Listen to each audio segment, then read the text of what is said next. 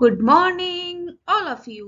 नमस्कार, सत श्री अकाल, अस्सलाम वालेकुम। आप सबका हमारी हिंदी कक्षा में स्वागत है। आज हम पार्ट 3 वर्ण विचार का करने वाले। इससे पहले हमने पार्ट 1 और पार्ट 2 किया है, वो आप लोग हमारे चैनल पर जाकर देख सकते हैं। हमारे चैनल का नाम है अमरीन पाठशाला।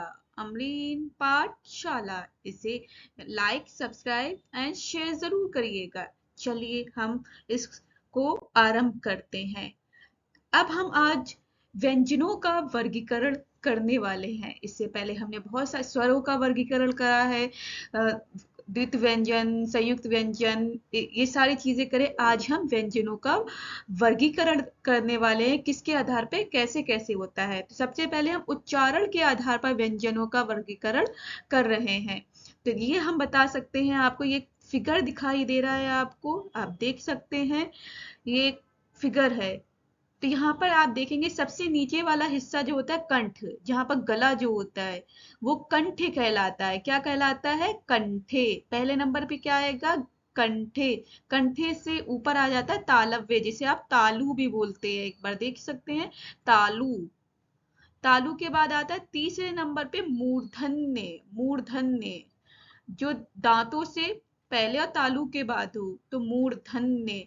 उसके बाद आ जाता है आपका दंते। क्या आ जाता है? दंते, जहां से दांत आ जाते हैं। दांत के बाद हमारे ओष्ठे, लिप जहां पर है, लिप्स बोलते हैं, ओठ बोलते हैं, तो ओष्ठे। तो आपके ये 5 प्रकार के हो गए: कंठे, तालव्य, मूर्धन्य, दंते, ओष्ठे। ये 5 प्रकार के हैं। इसी के आधार पे हम व्यंजनों का वर्गीकरण करेंगे। कौन से व्यंजन की आवाज कहाँ से निकलती है। चलो आइए देखते हैं व्यंजनों का सामान्य वर्गीकरण। व्यंजनों का सामान्य वर्गीकरण। तो सबसे पहले व्यंजनों के सामान्य वर्गीकरण में स्पर्श व्यंजन आते हैं। तो स्पर्श व्यंजन क्या होते हैं, चलिए देखते हैं।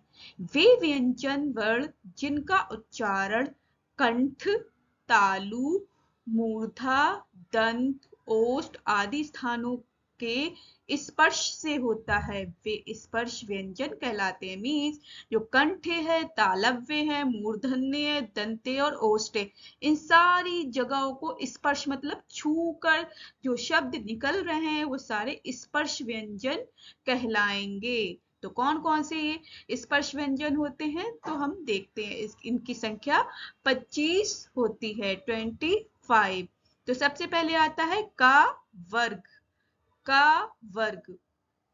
क, ख, ग, घ, अड़। फिर चा वर्ग। च, छ, ज, झ, ञ। ये तालव्य है। टा वर्ग।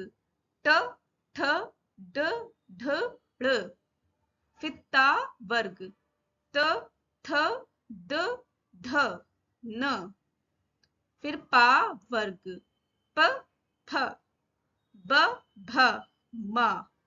अब इनको देखेंगे कौन से वर्ग में रखा जा रहा है। तो का वर्ग आपका कंठे में आ जाएगा, सबसे नीचे वाला स्थान जहां पर कंठ है, गला है।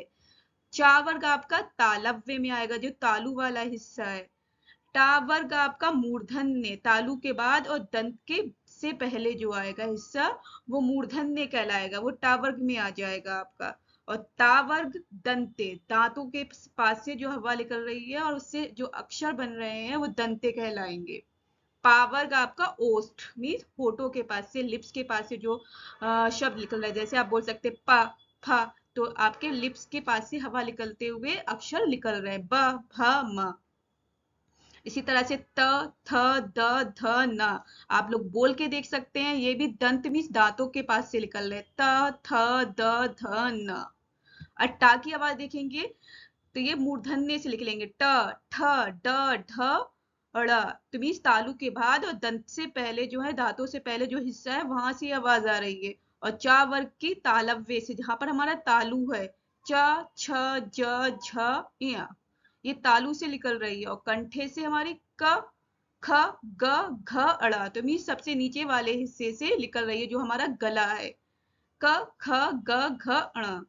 तो आइए देखते हैं अगली स्लाइड। दूसरा हमारा हो जाता है अंतस्थ। अंतस्थ व्यंजन क्या हो जाता है? अंतस्थ व्यंजन। तो ये कौन से होते हैं? चलिए देखते हैं। तो वे व्यंजन वर्ण जिनका उच्चारण ना तो स्वरों की भांति होता है, स्वर जो हमने पढ़े हैं स्वरों की भांति होता है, और ना ही व्यंजनों की भांति। भांति मतलब उसकी तरह, अर्थात जिनका उच्चारण में जीभ, तालु, दांत और ओठों को परस्पर सटाने से होता है, परंतु कहीं भी पूर्ण स्पर्श नहीं होता है। मीन्स उसे कहीं भी छूते नहीं है। जीभ के पास भी जाएगी, तालु के पास भी जाएगा, दांत के पास भी, ओठों के, मगर इन जगहों को छुएंगे नहीं। तो ये अंतःस्थ व्यंजन कहलाएंगे। इनकी संख्या सिर्फ 4 होती है। कितनी होती है? 4। वो पहले हमारे 25 थे और ये 4 हो गए।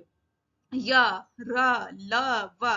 मीन्स आवाज सबसे आ रही है, लेकिन हमारी जो जबान है किसी से छू नहीं रही है। या, र, ल, व।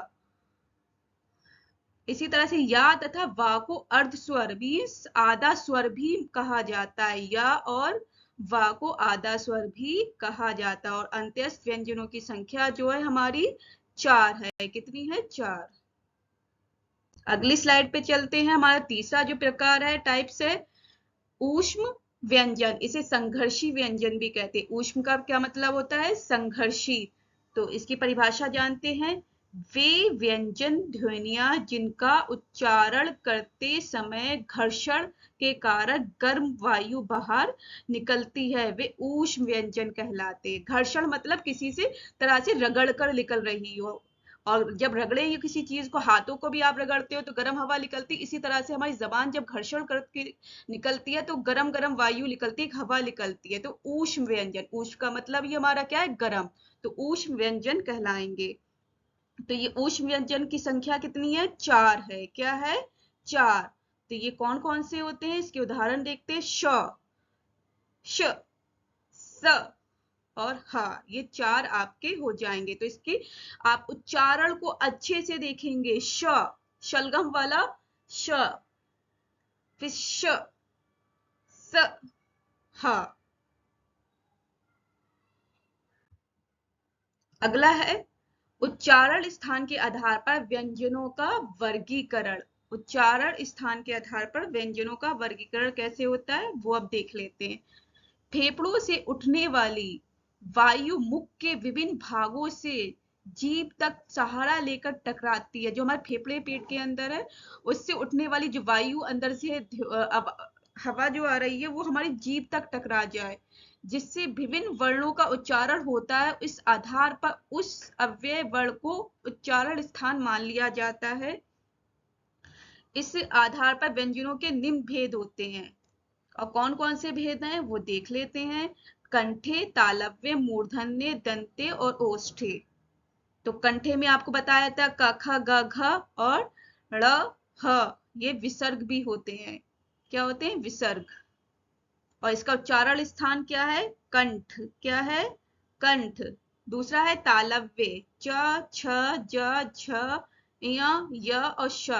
ये तालव्य है। और तालु इसका स्थान है, जो उच्चारण स्थान है प्रोनंसिएशन वाला, वो तालु है। मूर्धन्य तीसरा है। मूर्धन्य ट, ठ, ड, ढ, ड़, र। ये मूर्धा है। इसका उच्चारण स्थान क्या है? मूर्धा। और मूर्धन्य व्यंजनों का प्रकार है।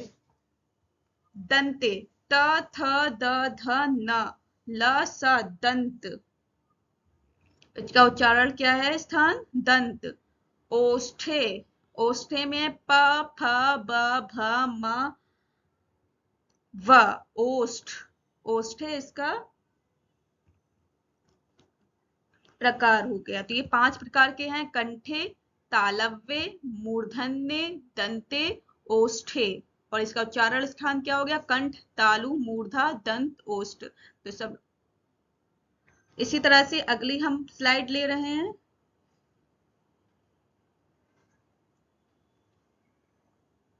जीभ का अंतिम पार्ट जो होता है वो तालु होता है। जीभ का अंतिम पार्ट जो होगा वो तालु कहलाएगा। क्या कहलाएगा? तालु कहलाएगा।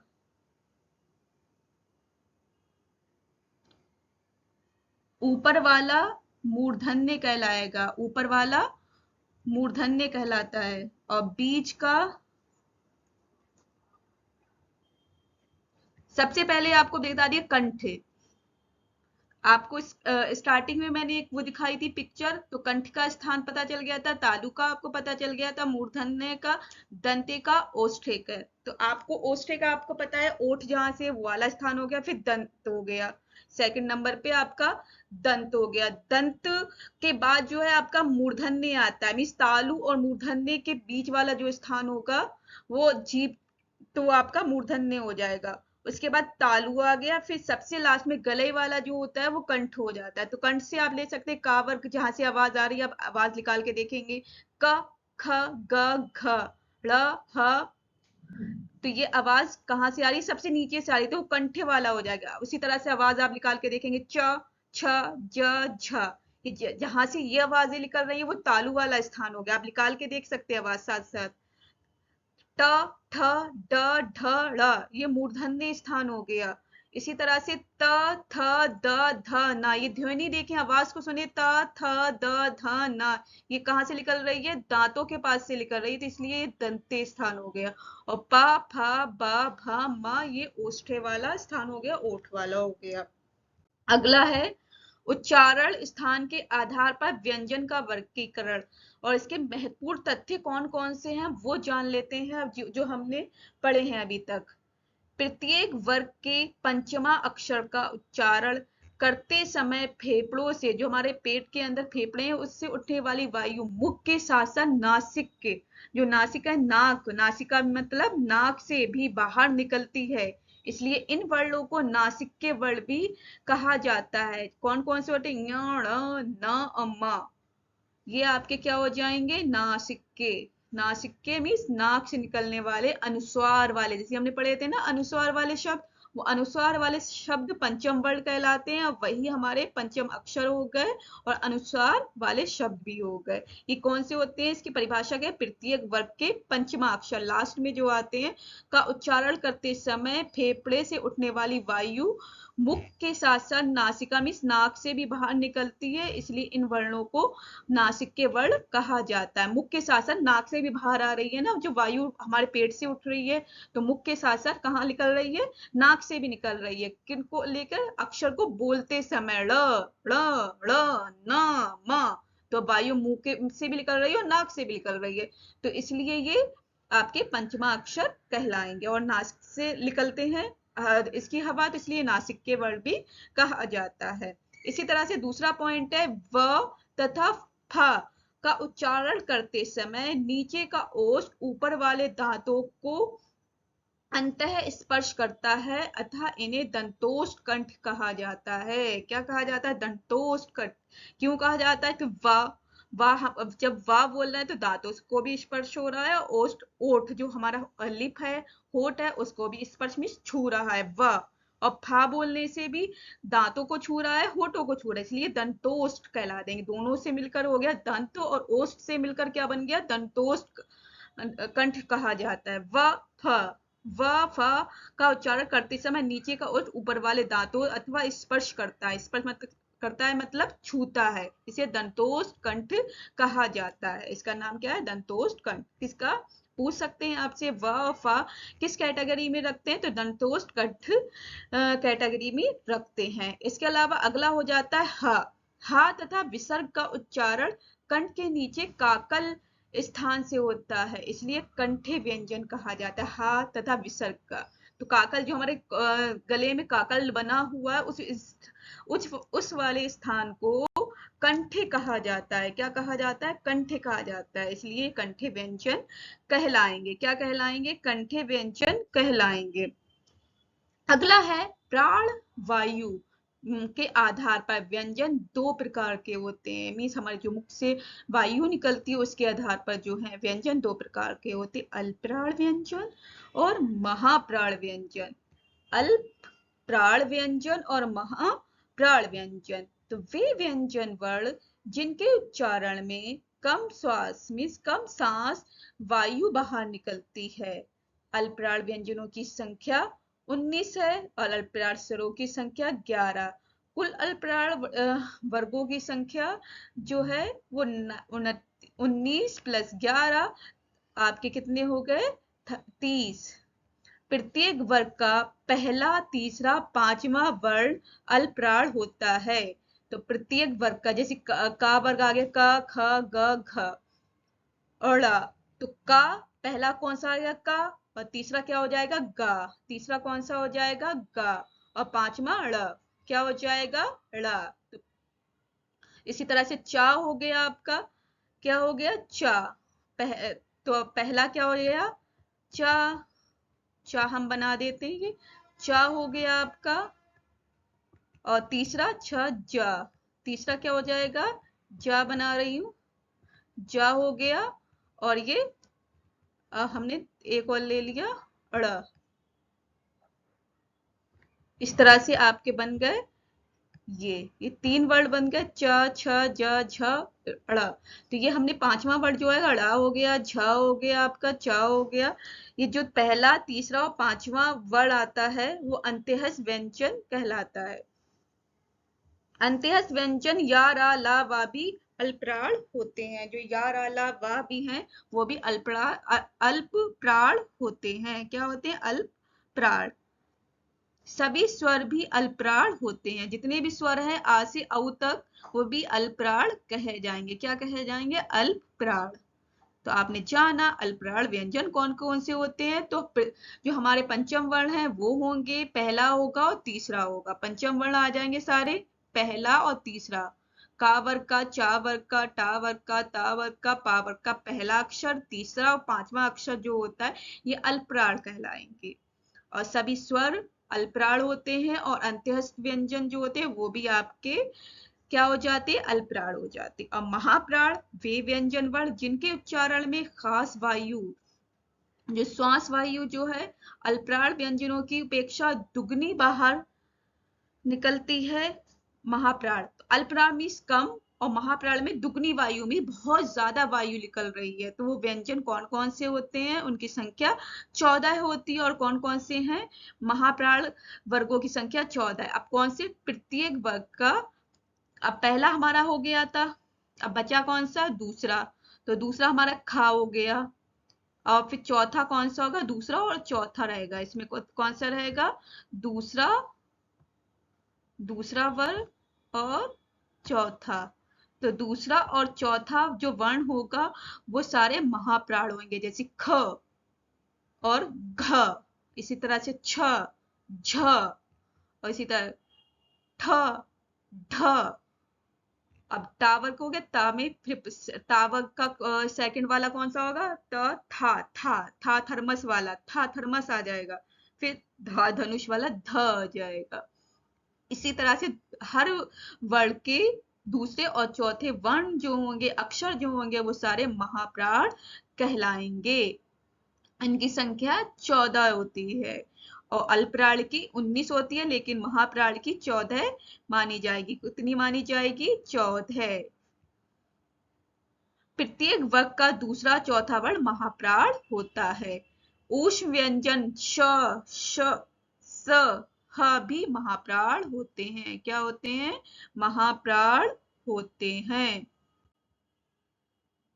अब अगला टॉपिक देखते हैं, स्वर व्यंजनों की संख्या से संबंधित तथ्य कौन कौन से हो जाएंगे वो जानते हैं। तो स्वरों की कुल संख्या कितनी होती, 11। व्यंजनों की कुल संख्या 33 होते हैं, का से हा तक, का से लेकर हा तक। कुल स्वर और व्यंजनों की संख्या 11 + 33 = 44 हो गई। संयुक्त व्यंजनों की संख्या 4 रहती, श, त्र, ज्ञ और श्र। उत्क्षिप्त व्यंजनों की संख्या 2 रहती है, जो ळ और ढ जो होती है। इसके नीचे भी बिंदु आ जाता है आपका, आपको मैं बना देती हूँ, इसमें बन नहीं पाया है। तो यहाँ पर जो एक डॉट बन जाएगा, यहाँ हमने डॉट लगा दिया है, ब्लैक कलर से लगा देते हैं एक डॉट।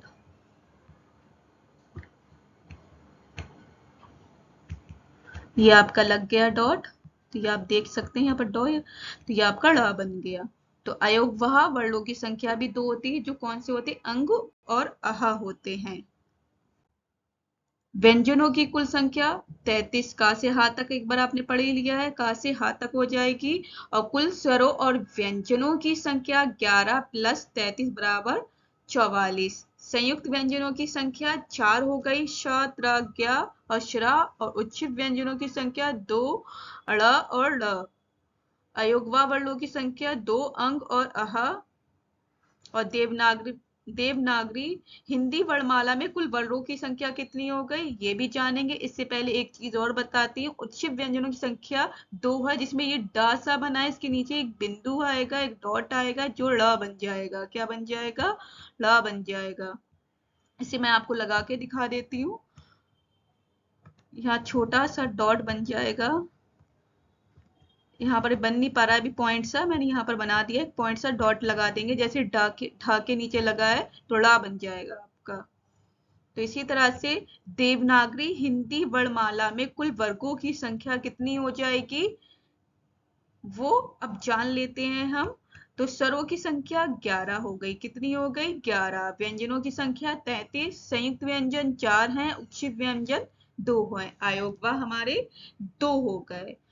तो अब हमने सारी चीजें पढ़ ली हैं। जो भी चीजें आपको समझ में आई हो तो अच्छे से समझ लीजिए। तो संयुक्त व्यंजन हमारे 4 हो गए, स्वर हमारे 11 हो गए, उच्छिष्ट व्यंजन 2 हो गए। तो आपको अगर वीडियो अच्छा लगा हो तो लाइक, सब्सक्राइब एंड शेयर करिएगा। हमारे चैनल का नाम है अमरीन पाठशाला। धन्यवाद। Thanks. Have a nice day.